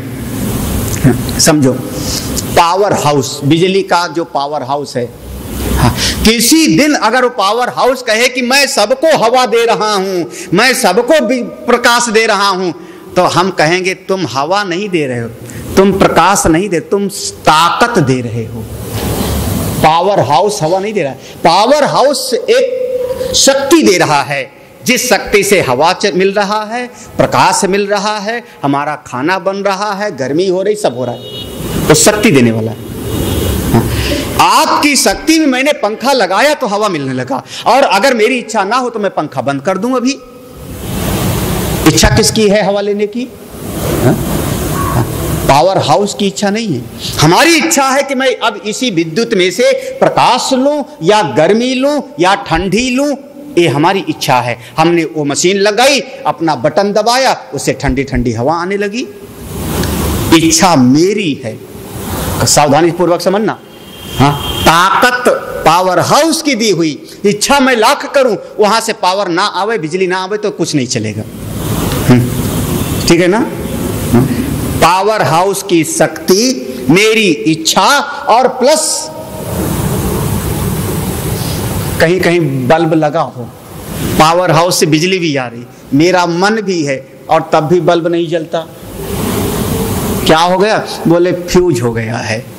मतलब वो जो कारण है उस कारण में कोई दोष आ गया। ऐसे ही पहली चीज ध्यान देना, इस हाथ में लकवा ना लगा हो, पोलियो ना लगा हो। अगर लकवा लगा होगा, पोलियो लगा होगा तो लाख इच्छा करो फिर किसी के चरण दबा नहीं सकते। हाथ में, इंद्री में, इंद्री हमारी निर्दोष हो, इंद्री ठीक ठाक हो, और फिर भीतर में जिंदा हूं, मेरी आत्मा शक्ति देवे। आत्मा की शक्ति, हाथ की निर्दोषता से हमारे हाथ में कार्य करने की शक्ति आ गई। अब मैं अपने हाथ से काम कर सकता हूं, बिल्कुल सही बात। लेकिन अब मेरी इच्छा है कि मैं अपने हाथ से मां के चरण दबाऊं या किसी का गला दबाऊं। हाँ, अब इसको मत कह देना भगवान की मर्जी है कि मैं चरण दबाया कि मैं गला दबाया ना। ये मर्जी किसकी? मेरी मर्जी है, इच्छा मेरी है। अगर भगवान शक्ति ना देते तो मैं हाथ से, पांव से नहीं जा सकता था। शक्ति भगवान की दी हुई, मर्जी मेरी कि मैं सत्संग हाल में आऊं, सत्संग सुनूं या अमीनाबाद जाऊं। कहां जाऊं? मर्जी किसकी? हाँ, ये मत कहना भगवान की जहां इच्छा थी वहीं में चला गया। हाँ, भगवान की इच्छा नहीं, मर्जी मेरी, इच्छा मेरी। आपकी इच्छा थी आप पिक्चर हॉल चले गए, आपकी इच्छा थी आप सत्संग चले गए, इच्छा आपकी, शक्ति उसकी। आंख देखो, आंख मेरी निर्दोष है, इसमें पीलियां नहीं है, रतौंधी नहीं हो रही है, आंख निर्दोष है, इसमें शक्ति है आत्मा की दी हुई, भगवान की दी हुई। अब मर्जी मेरी, मैं चाहे ठाकुर जी का दर्शन करूं और चाहे मैं कोई और चीज देखूं, लड़ाई झगड़ा देखूं इन्हीं आंख से, तब उपदेश सार्थक होता है। हाँ, आप कर्म करने में स्वतंत्र हो। सीधा सनत कुमार को सबसे पहला उपदेश दिया है नंदी ने, हे नंदी, ये जीव कर्म करने में स्वतंत्र है, इसलिए उपदेश सार्थक है। अगर आप कह दो कि सब उसकी मर्जी से होता है तो आप तो स्वतंत्र हुए नहीं, तो फिर मेरे उपदेश सुनने का कोई मतलब नहीं। जीव कर्म करने में स्वतंत्र है, स्वाधीन। क्या करता है जीव, क्या करे? तो अब एक तो निषिद्ध का त्याग बताया और दूसरे कहा एक है ये जीव धर्म विज्ञान को प्राप्त करे। देखो शब्द है लिंग महापुराण का, संतों, धर्म विज्ञान को प्राप्त करे। धर्म विज्ञान माने यज्ञ कैसे करना चाहिए, हवन कैसे करना चाहिए, दान कैसे करना, धर्म विज्ञान को प्राप्त करे और उसका अनुष्ठान करेगा। तो जब धर्म विज्ञान के अनुसार अनुष्ठान करेगा तो उसके चित्त का राग द्वेष निकलेगा, ममता आसक्ति निकलेगी। क्योंकि जब यज्ञ कुंड के सामने बैठेगा, हवन करेगा, गौदान करेगा, तो धीरे धीरे कुछ त्याग तो उससे होगा। चित्त के राग द्वेष की निवृत्ति होगी धर्म विज्ञान से। हाँ, धर्म का ज्ञान प्राप्त करो और धर्म का ज्ञान प्राप्त करके उसका अनुष्ठान करो तो आपका चित्त निर्मल होगा। पहली चीज जीवन की शुद्धि हो जाएगी। हाँ, दूसरी चीज कहा भागवत विज्ञान प्राप्त करे कोई जीव। देखो दोनों एक, धर्म का पालन करते करते मन शुद्ध हो गया। अब बोले भगवत विज्ञान, अब इस सृष्टि का नियंता कौन है, कर्म फल को देने वाला कौन है, उसका विचार करे। इसका नाम है भगवत विज्ञान। भगवान ने इसी को कहा मेरे को तत्व से जाने। भगवान कहते हैं ज्ञानम विज्ञान सहितम। अर्जुन मैं तुझको अब वो ज्ञान देने जा रहा हूं, ज्ञानम विज्ञान सहित। हाँ, भगवत विज्ञान। भगवत विज्ञान में भगवान कौन है, उनका स्वरूप क्या है, कहाँ रहते हैं, भगवान का और जीव का संबंध क्या है, जीव से भगवान एक है या अलग है। भगवत विज्ञान जब प्राप्त करेगा तो उस ज्ञान का परिणाम होगा कि ये जीव भगवान का भक्त हो जाएगा। ये आप स्वाधीन हो, स्वतंत्र हो, चाहो तो धर्म के रास्ते पर जाओ, चाहे भक्ति के रास्ते पे जाओ। और तीसरा विज्ञान है सनत कुमार, ये जीव चाहे तो अध्यात्म विज्ञान को प्राप्त करे। 3 विज्ञान का नाम लिया, धर्म विज्ञान, भगवत विज्ञान और अध्यात्म विज्ञान। अध्यात्म विज्ञान को जब प्राप्त करेगा, अध्यात्म अपनी आत्मा की तरफ आवेगा, और जब अपनी आत्मा को जानेगा तो यह जीव मोक्ष को प्राप्त कर लेगा। भगवत विज्ञान से भगवान का दर्शन होगा, मुक्ति की गारंटी नहीं है। धर्म विज्ञान से राग द्वेष की निवृत्ति होगी, मन की ममता मिटेगी, मुक्ति की गारंटी नहीं है। अध्यात्म के विज्ञान से मोक्ष की प्राप्ति होती है। जीव इस 3 में से कोई एक मार्ग पर चले, स्वतंत्र है, आपकी जो मर्जी आए सो करो। लेकिन आप लोग तो पक्के सत्संगी हो गए, सब सुन सुन करके तो महाराज वो तो सब गया। आप तो यज्ञ वगैरह तो काम चलाऊं कर लेते हो, आप लोग करना है तो कर लेते हो, दिल थोड़े लगता होगा। जैसे यज्ञ करने बैठे, सब आत्मा ही तो है, आत्मा के अलावा और कौन है? सारा जगत तो झूठा है, चलो कर लेते हैं। आता नहीं है स्वभाव। ब्रह्म सत्यम जगत मिथ्या, जीव और ब्रह्म कर लेते। फूल चढ़ाना है, अरे वो कोई एक जगह थोड़े है, वो तो कण कण में व्याप्त है, चलो चढ़ा देते। अब भाव की बात है। अब किसी ने हमसे कहा स्वामी जी कैलाश आप गए थे, भगवान का दर्शन हुआ वहां? हमने कहा लो, मैं क्यों, अमरनाथ भी गए थे और भी लोग गए थे, इनसे पहले पूछ लो, फिर हमसे पूछना। वहां तो पहाड़ की चोटी दिखाई पड़ती। हाँ हुआ था ना, बिल्कुल हुआ। मानो तो देव, नहीं तो पत्थर। हाँ देखो, अपनी अपनी बात है, अपनी अपनी भावना की बात है। अब मानो तो भगवान, हाँ? मानो तो पिताजी दादाजी, और ना मानो तो 5 महाभूतों का मिट्टी का पुतला। हाँ? और क्या, इतना ही सो बात है। मानने की बात, मानो तो वहां पर ओम का दर्शन हो जाएगा, कभी त्रिशूल का दर्शन हो जाएगा, कभी भगवान का दर्शन हो जाएगा, सब दर्शन हो जाएगा। जाना चाहिए बिल्कुल। अब मैं जाके आया हूं इसलिए कह रहा हूं कि जाना चाहिए। लेकिन ये कई लोग कहेंगे आपके साथ, मेरे साथ नहीं, दोबारा मैं नहीं जाऊंगा, मैं प्रणाम करके आया हूं। मैं प्रणाम करके आ गया हूं। और तो सब ठीक लगता है, आनंद ही आनंद। लेकिन जब वो खाना मिलता है उन शेरपाओं का बनाया हुआ, मैंने बनाते हुए देख लिया। हाँ नम्रता याद है। मैं बनाते हुए देख चुका, और जब वही ना खाओ तो मुसीबत। हाँ, और वो खाना तो वहां से मेरे दिल को लगा, प्रभु सब तीर्थ बार बार, कैलाश तीर्थ एक ही बार। जाने वाले 4-4 बार गए, 5-5 बार गए, ऐसा नहीं जाते हैं। तुम कितनी बार गए? एक बार। अच्छा अच्छा, आपकी मर्जी है, जहां जाना है, जो मार्ग चाहो पकड़ो, आप स्वाधीन हो, इस तरफ जाने में भी और उस तरफ भी जाने में।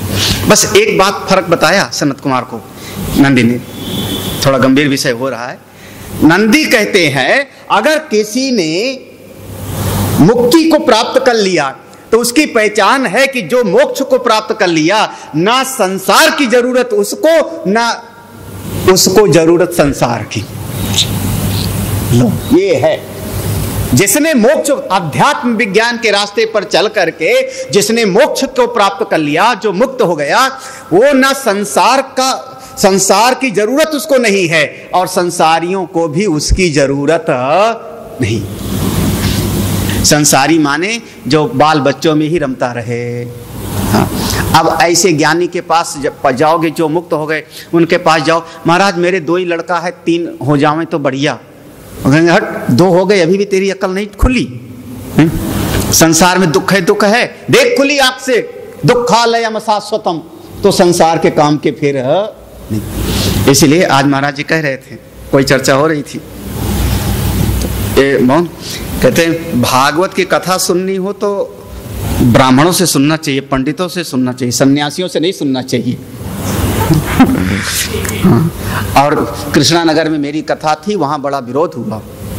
कृष्णानगर में भागवत कथा मैंने सुनाई आज के 10 साल पहले, तो वहां के पुरोहित लोगों ने विरोध किया। पुरोहित लोग क्षमा करना, विरोध किया, ब्राह्मणों से सुनना चाहिए, हाँ ये सन्यासियों से सुनते हैं। हाँ, जब हमसे बताया तो हमने कहा सुखदेव जी महाराज कौन थे? हाँ भाई, जब भी आप कथा सुनाएंगे तो सुखदेव जी का तो नाम लेना ही पड़ेगा। सुखदेव जी महाराज कौन थे? हाँ, परमहंस थे कि नहीं थे? हाँ, हर अध्याय के आखिर में लिखा होगा इस श्रीमद् पारमहंस संहितायाम, तो ये तो परमहंसों की संहिता है, लेकिन एक लोक में चल पड़ता है। हाँ, लेकिन बात तो ये कह दिया नंदी ने कि जो ज्ञानी हो गए उनको संसार की कोई अपेक्षा नहीं है। और संसारी भी ऐसे ज्ञानियों को कहता महाराज रोटी ले लो और हमको छोड़ो, पीछा मेरा छोड़ो, ज्यादा उपदेश मत बताओ कि संसार मिथ्या है, बाल बच्चे मिथ्या है, फिर मेरी दुनिया कैसी चलेगी? तो संसार की आवश्यकता ना उनको, इसीलिए ज्यादातर ज्ञानी लोग किनारे बैठ जाते हैं। सनत कुमार, ये जो दूसरे हैं जिन्होंने भगवत विज्ञान के रास्ते से साधना किया और भगवान को प्राप्त कर लिया, ऐसे जो परम भक्त हो गए उनको संसार की कोई जरूरत नहीं होती, लेकिन संसारियों को उनकी जरूरत रहती है। ये है दोनों में फर्क। जो संसारी लोग हैं, जो संसार में काम क्रोध लोभ मोह मद मात्सर्य आसक्ति में पड़े हैं, उनको ऐसे भक्तों की जरूरत होती है। ऐसे भक्त मिले जिससे उनके मन की मैल छूटे, उनकी साधना आगे बढ़े। सनत कुमार, तुम इसी श्रेणी में हो, जाओ और जाकर के समाज का कल्याण करो। एक प्रश्न बहुत बढ़िया प्रश्न है सनत कुमार जी ने पूछा। अभी बीच का प्रसंग है, अभी गीता जैसा है, पूरा का पूरा कई चैप्टर का मैं निष्कर्ष कर रहा हूं, कई अध्याय का। सनत कुमार ने पूछा भगवान, जो योगी हो जावेगा, जो समाधि में चला गया, समाधि संपन्न हो गया साधना करते करते, हे नंदीश्वर भगवान आप करुणा करके बताएं उसकी पहचान क्या होगी? जिसने साधना करते करते समाधि में चला गया, मुक्त हो गया, मोक्ष को प्राप्त कर लिया, वो कैसे साधना किया और उसकी पहचान क्या? बहुत ही संक्षेप में साधना है, नंदी ने कहा संत कुमार, संसार के विषयों को इंद्रियों में लय कर दो, इंद्रियों को मन में लय कर दो, मन को बुद्धि में लय कर दो, बुद्धि को अपनी आत्मा में लय कर दो और तुम मुक्त हो जाओ। ये है उपाय। इंद्रियेभ्यः परा ह्यर्था अर्थेभ्यश्च परम मनः मनसस्तु परा बुद्धि। बस जरा सा अंतर है कठोपनिषद में और श्रीमद् भगवद गीता में, बहुत थोड़ा सा, जरा सा, क्योंकि एक जगह पर लिखा कि विषयों से इंद्रियां श्रेष्ठ हैं और वहीं पर दूसरे जगह पर है कि इंद्रियों से विषय, बस इतना फर्क है, बाकी सब समान है। जैसे हमने मिट्टी को जल में लय कर दिया, समझ लिया कि अगर मिट्टी होती है तो जल से पैदा हुई, जल को हमने तेज में लय कर दिया, तेज को हमने वायु में लय कर दिया, वायु को हमने आकाश में लय कर दिया और आकाश को भी महत्त्व में लय करके पहुंच गए। ऐसे अध्यात्म की दृष्टि से साधना करते हुए इंद्रियों को मन में लय करो, मन को बुद्धि में लय करो और बुद्धि को आत्मा में लय करके शांत स्वरूप में बैठ जाओ। महाराज ये तो साधना है, जो पहुंच गया कर लिया, फिर उसकी पहचान क्या? जिसने ये कर लिया और वो निर्विकल्प समाधि में योग में अवस्थित हो गया, उसकी पहचान क्या? तो 3 पहचान बताइए।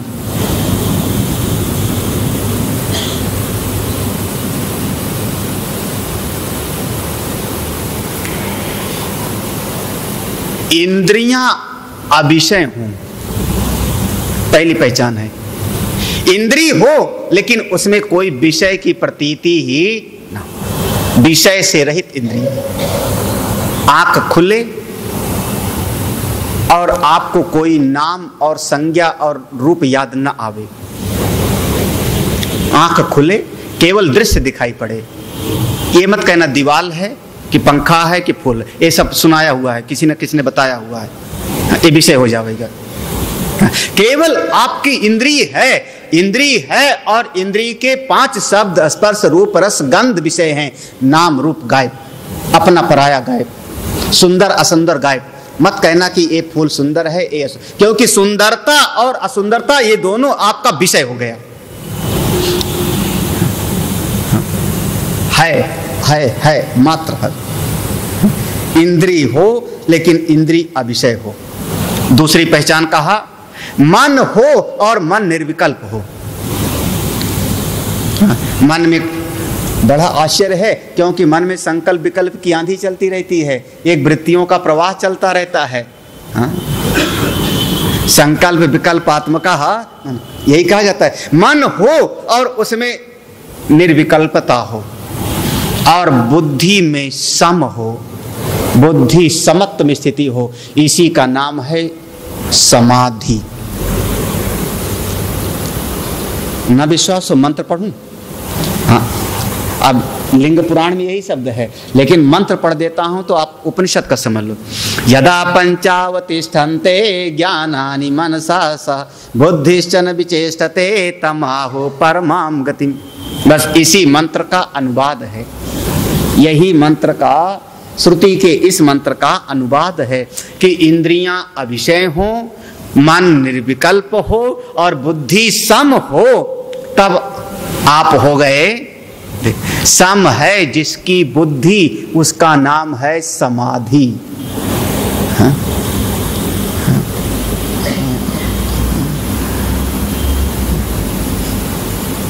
सनत कुमार जी ब्रह्मज्ञानी हो गए नंदी से सुनकर के। सौनक ऋषि ने पूछा, भगवान ये जो भगवान के परिकर हैं जिनमें भगवान शिव थे, भगवान शिव का कभी शादी विवाह भी हुआ कि नहीं? और फिर शुरू किया।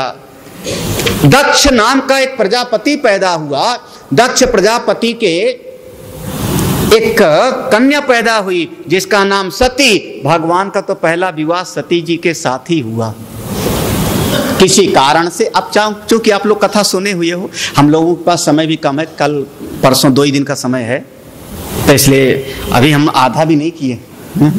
तो कथा जो सुने हुए हो अपने आप समझ लो। सती जी का शरीर छूटा, उसके बाद वही पार्वती बनकर के प्रकट होती हैं। पर्वत से पैदा हुई सो पार्वती, पर्वत से पैदा हुई इसलिए पार्वती। साधना करके उनका एक नाम गौरी, उनका एक नाम उमा, उनका एक नाम कोई और अपर्णा, ये सब उनके पद नाम हैं, लेकिन एक नाम उनका मूल नाम पर्वत की कन्या होने से पार्वती। उन्होंने साधना किया। भगवान को पाना हो तो साधना करो, प्रभु को पाना हो तो थोड़ा अपने आप को तो इस मार्ग पर ले चलना पड़ेगा। उनको मंत्र मिला, देवर्षि नारद उनके पास आए और देवर्षि नारद ने हमारी जगत माता को मंत्र का उपदेश किया, और जिस मंत्र का उपदेश दिया वो जगत प्रसिद्ध मंत्र है, ओम नमः शिवाय। चूंकि मंत्र का नाम आया, जैसे महामृत्युंजय मंत्र का उस प्रसंग में उपदेश है जो हमने कल सुना, इस प्रसंग में उपदेश है ओम नमः शिवाय। वेद में नमः शिवाय है, आगे ओम लगा दिया तो ओम नमः शिवाय, क्योंकि बिना ओम के कोई भी मंत्र पूरा नहीं होता।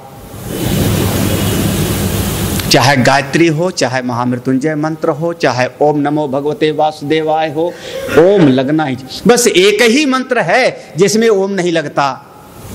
हाँ, हरे राम राम राम हरे हरे, हरे कृष्ण कृष्ण कृष्ण, इसमें कोई ओम नहीं लगता।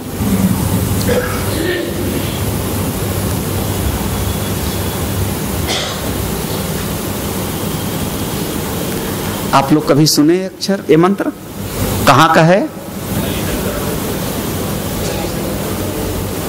अच्छा, अब कोई अगर पूछे ये मंत्र कहाँ लिखा है, तब हमारे जो साधना शिविर में लोग थे उन लोगों को याद आ गया।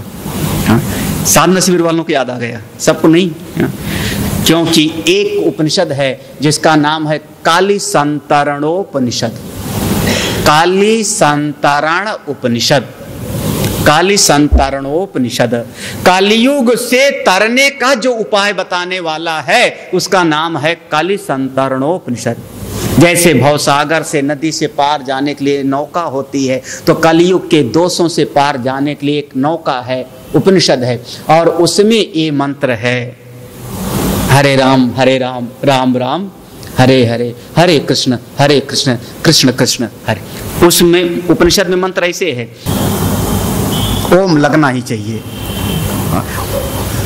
ओम नमः शिवाय, ये मंत्र माँ पार्वती। और इतनी साधना करती कि एक समय पर उन्होंने पत्ते भी खाना छोड़ा है, तब उनका नाम पड़ता है अपर्णा।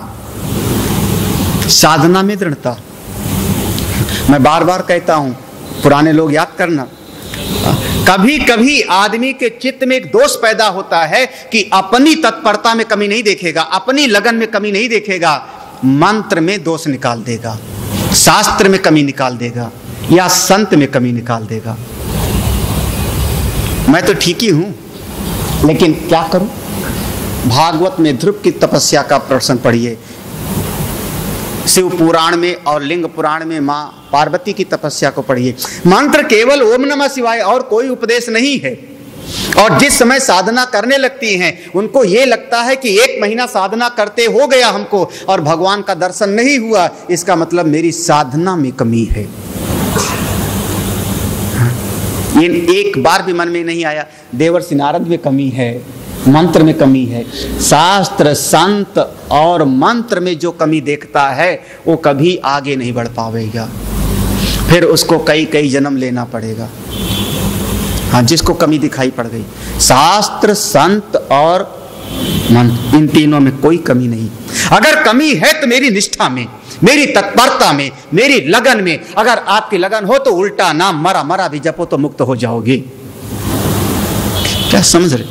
भागवत जी में यही शब्द प्रयोग किया। भागवत जी में यही शब्द है कि भगवान को खंभे से पैदा होने की जरूरत नहीं थी, लेकिन भगवान ने देखा कि मेरे भक्त के मुख से निकल गया है कि मुझको खंभे में दिखाई पड़ रहे हैं। सत्यम विधातुम निज भृत्य भाषितम, निज भृत्य, मेरे भक्त ने, मेरे सेवक ने कहा कि खंभे में भगवान दिखाई पड़ रहे हैं, तो भगवान अपने भक्त के वचन को सत्य करने के लिए खंभे से प्रकट हुए हैं, ना कि खंभे से प्रकट होना कोई उनकी मजबूरी नहीं थी।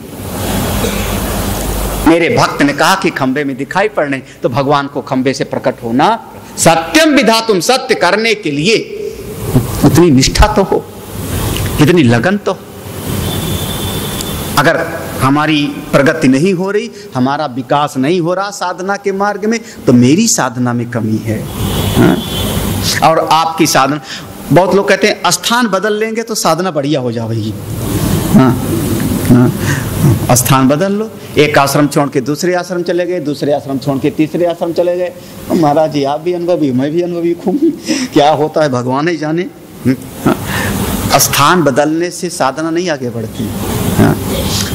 शास्त्र बदल, माला बदल लिया, भगवान का इष्ट देव बदल लिया, उससे साधना नहीं आगे बढ़ती। और हमारे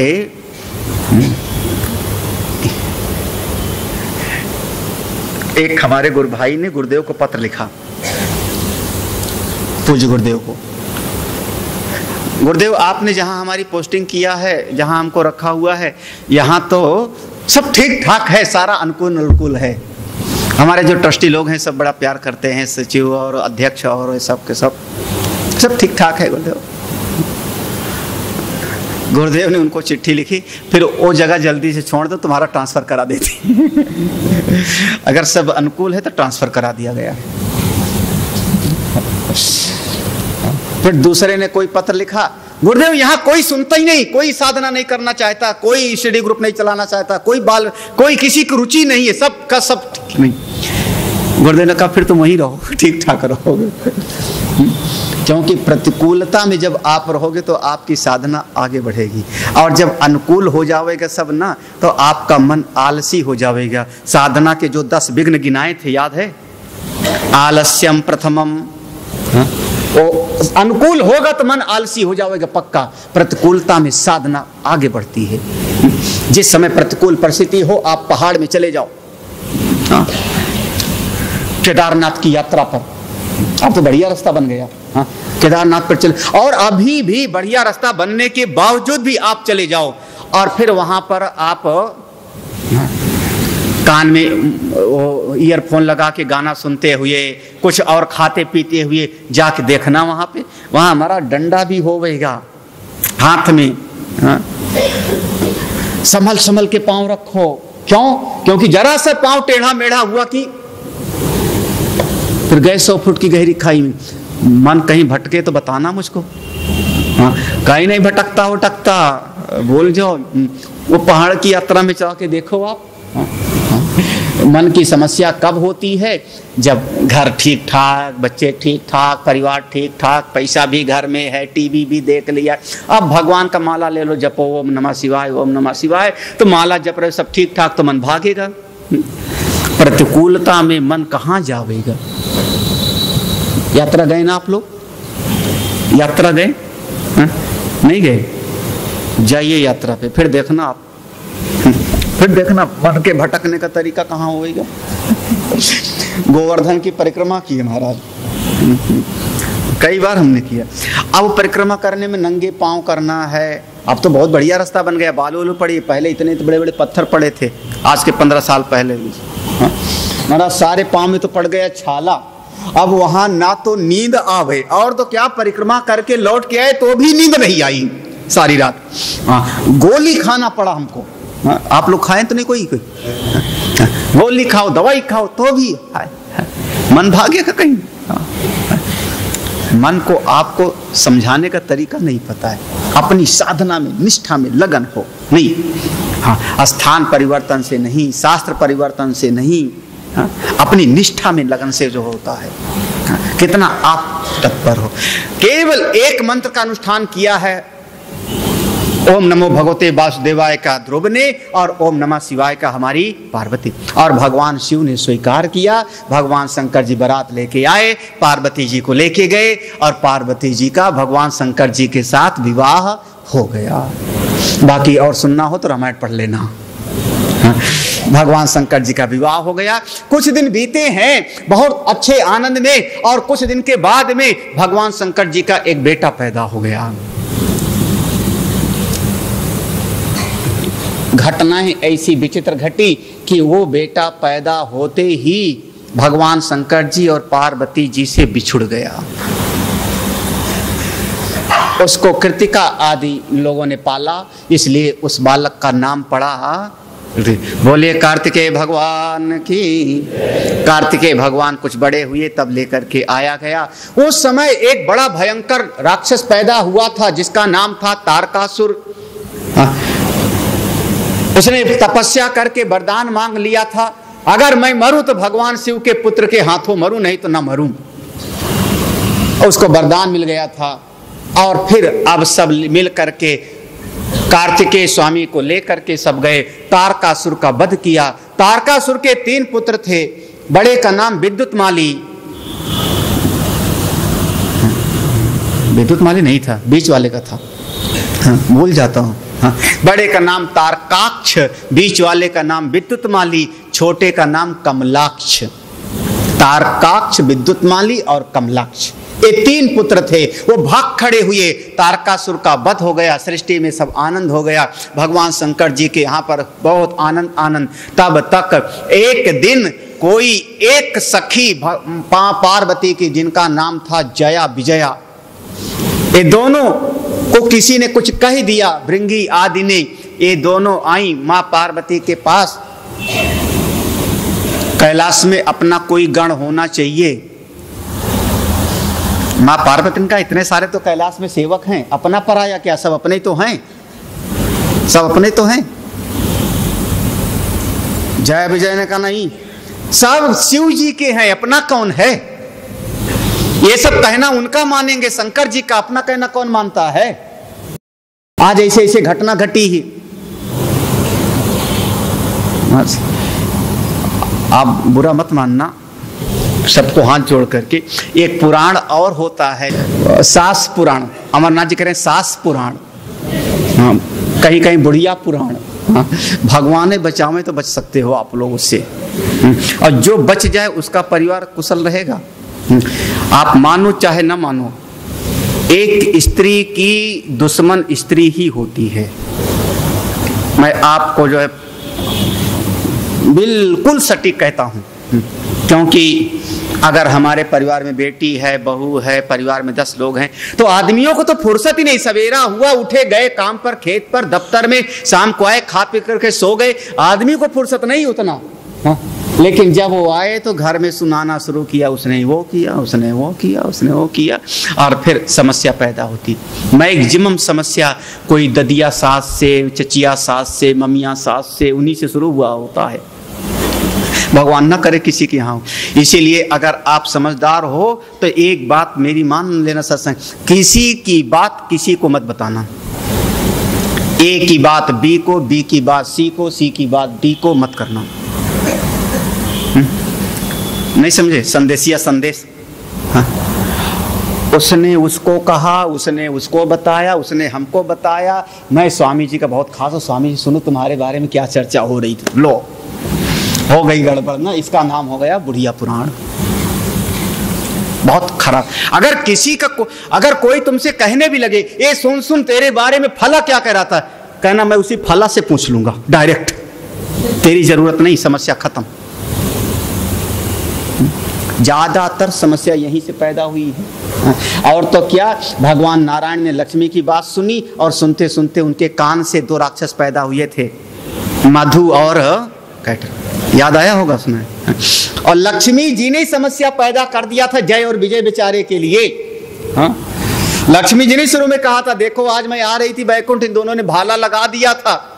भगवान ने कहा, देवी इस समय कुछ मत करो, अगर इस समय मैंने इनको हटा दिया दरबानी से तो लोग कहेंगे भगवान भी पत्नी के बस में हैं। अभी कुछ मत करो, कोई महात्मा का जप करेंगे तो फल पाएंगे। हाँ? और बाद में सनत कुमार आए तो फिर वो समस्या फिर आगे जाओ 3 जन्म राक्षस बनो। हाँ? सारी समस्या इन लोगों की पैदा की हुई। हाँ? अब आप लोग बुरा बना, मैं आप लोगों के पक्ष में रहता हूँ। लेकिन बात तो सही है। अगर ये जया विजया मां पार्वती को ना बताती तो आगे की समस्या ना होती। जया विजया ने कहा सब शिव जी के गण हैं, अपनी तो कोई सुनता ही नहीं। मां पार्वती को, शिव जी अपने तो सारे गण भी अपने, बड़ा दिल, शिव जी अपने तो सारे गण भी अपने, सब कुछ नहीं सुना। लेकिन चित्त में वो बीज बो दिया जया विजया ने। अब एक दिन मां पार्वती जी स्नान कर रही थी, भगवान शंकर जी आए, नंदी उंदी रोके होंगे, मां स्नान नहीं, चले गए अंदर। मां पार्वती को जल्दी से लज्जा लगी, जल्दी से अपना कपड़े पहन लिया। भले हैं स्वामी, लेकिन फिर भी कपड़े पहन करके सामने आई, पूजा किया, प्रणाम किया, सब कुछ ठीक ठाक। लेकिन वहीं से उनके चित्त में वो जो बीज बोया था जया विजया ने, वो जया विजया का बोया हुआ बीज मां पार्वती के चित्त में बैठ गया। सही कहती, जो सेवक हैं सभी के सेवक हैं, तभी उनको दबा के चले आए। अगर कोई मेरा सेवक होता तो मैं स्नान कर रही थी, कैसे अंदर घुसाते? सही कह रहे, जय विजय ने बिल्कुल सही वहां से बीज बो दिया था। और उसके बाद मां पार्वती जी ने एक दिन, भगवान शंकर जी गए हैं अपने मित्र के यहाँ, कुबेर जी के यहाँ, और मां पार्वती जी ने अपना रगड़ा उससे निकाला और बनाया, और बना करके उसमें चेतन फूंक दिया। जड़ को चेतन जो करे उसी का नाम माया, महामाया। वो है भगवान की अचिंत्य शक्ति। गिरा अर्थ जल बीच सम, कहियत भिन्न ना भिन्न। अघटित घटना पटीयसी सा माया। अघटित घटना जो संभव ना होवे वो दिखाई पड़े। इतने से पेट में, इतने से बालक के पेट में इतना बड़ा 6 फुट का शरीर घुस जावे, उसका नाम है माया। कन्हाई की इतने से मुंह में विराट दिखाई पड़ने लगे, इसका नाम है माया।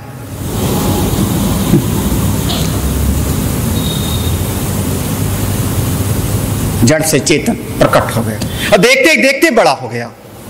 मां मेरा नाम क्या है, मेरा काम क्या है, क्या करूं, नाम क्या है, मैं कौन हूं, अपनी संज्ञा पहले, मैं कौन हूं। मां पार्वती ने कहा तू मेरा पुत्र है बेटा, तू मेरा पुत्र है। मेरा पुत्र है, मेरा बेटा है। तेरा नाम गुणेश, सारे गुण जिसमें निवास करें, सारे गुण जिसमें वास करते हैं, गुणों का स्वामी, तेरा नाम पुत्र गुणेश। गणेश नहीं। आप लोग मत सुनना, ये मत कहना स्वामी जी क्या क्या सुना रहे हैं आजकल। पुत्र तेरा नाम गुणेश, सारे गुणों का जिनमें वास हो, तुम्हारा नाम गुणेश। क्या करूं बेटा? मैं स्नान करने जा रही हूं, दरवाजे पर रहना, कोई अंदर आने ना पावे। अगर कोई आया तो क्या करूं? मां ने एक मुद्गर दिया, थोड़ा मंत्र उन्त्र बता करके, अगर कोई आवे तो इसी से मारना।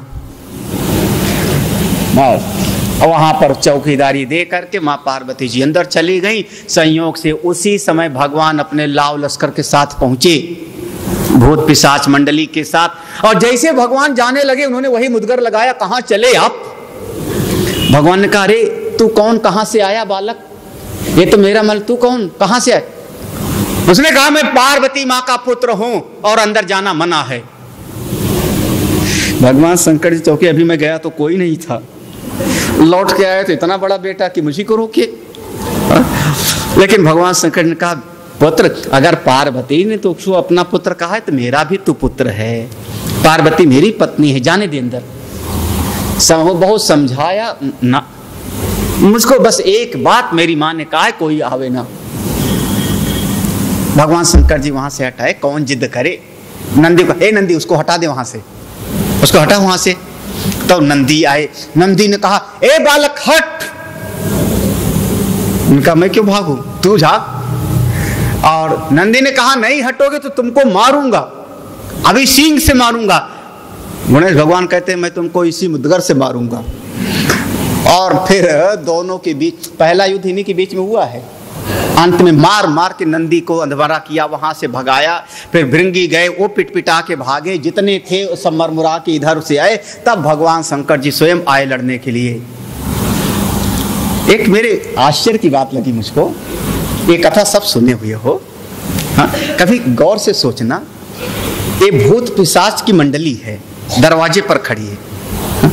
हमारे तो सामने दरवाजे पर जरा सा कोई बात करने लगे तो मेरा ध्यान चला जाता है ना, आपका ध्यान चला। इतनी मंडली अगर लड़ रही दरवाजे के बाहर, मार कुटाई हो रही, कोई मर रहा है, पिट रहा है, और भूत पिशाच चीख रहे होंगे, तो अंदर रहने वाली को पता नहीं लगा कि दरवाजे पर क्या हो रहा है। पहले का ही नहीं निकली थी। कोई बात तो होगी भाई, अगर पता लगा पहले निकलना, नहीं पहले नहीं।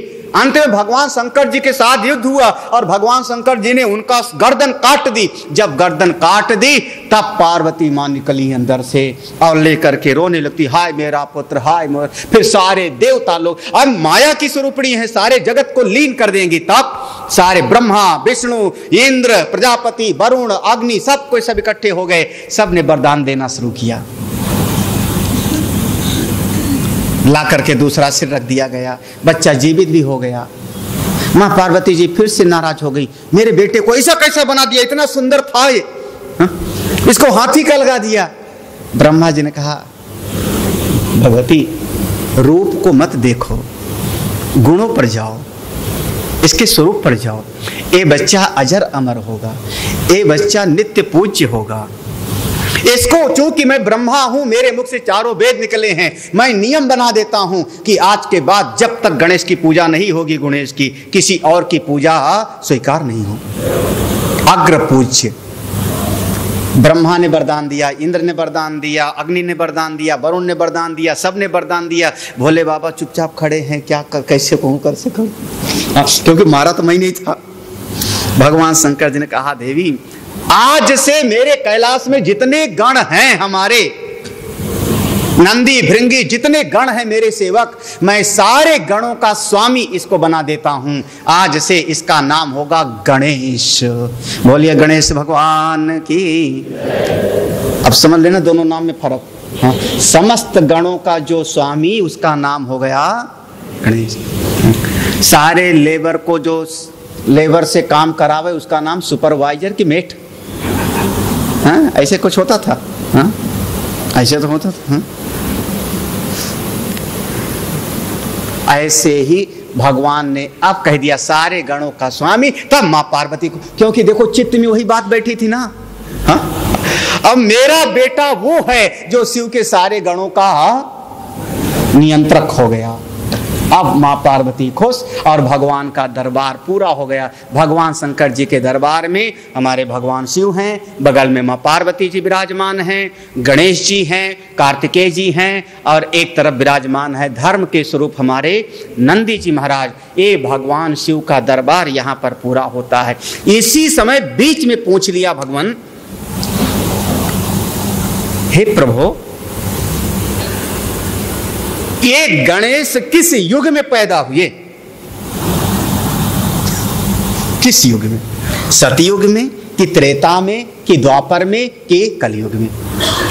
और अगर आप ये कहते हो कि सतयुग में पैदा हुए तो अग्रपूज्य कैसे होंगे? अगर आप कहते हो कि कलयुग में पैदा हुई है तो दूसरी समस्या पैदा होगी। अब आप कृपा करके मुझको चारों युगों के, उनके धर्म का और उनके साथ में उनके देवताओं का निरूपण करिए। और अगला प्रसंग गंभीर हो गया, योग धर्म का निरूपण।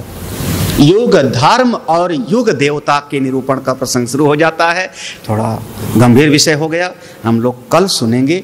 आज तो यहाँ पर कुछ याद है, दारुक वन में भगवान का दो स्वरूप, इतना तो याद रखना, भगवान का दो स्वरूप, एक अव्यक्त और दूसरा व्यक्त। अव्यक्त का स्वरूप है शिवलिंग और व्यक्त का स्वरूप है उनका आसन पर विराजमान स्वरूप।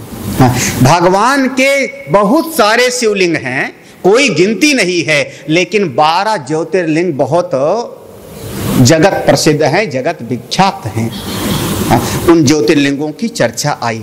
भगवान शिव के स्वरूप को अगर जानना हो तो उनके निर्गुण स्वरूप को तो जान सकते हो, अव्यक्त को सगुण स्वरूप में भ्रमित हो सकते हो। जब दारुक वन में ऋषि लोग भ्रमित हो गए तो हम लोग भी भ्रमित हो सकते। उस ज्ञान को प्राप्त करो जिसका नाम पड़ा उपदेश सार। और जीव कर्म करने में स्वाधीन है। आप चाहो तो धर्म विज्ञान के माध्यम से चलोगे तो आपके चित्त के अशोधन होगा। अगर आप भगवत विज्ञान के माध्यम से चलोगे भक्त हो जाओगे, और अगर आप अध्यात्म विज्ञान का रास्ता पकड़ोगे तो मुक्ति को प्राप्त कर लोगे। तरीका क्या है? विषयों को इंद्रियों में लीन करो, इंद्रियों को मन में लीन करो, मन को और बुद्धि को आत्मा में। जो सिद्ध हो गया उसकी यही पहचान होगी। 3 पहचान बताया था, इंद्रिय अविषय हो, मन निर्विकल्प हो और बुद्धि सम हो। वो सिद्ध हो गया, वो योगी हो गया। बोले वृंदावन बिहारी लाल की, शंकर भगवान की। ओम पूर्णमदः पूर्णमिदं पूर्णात् पूर्णमुदच्यते पूर्णस्य पूर्णमादाय पूर्णमेवावशिष्यते।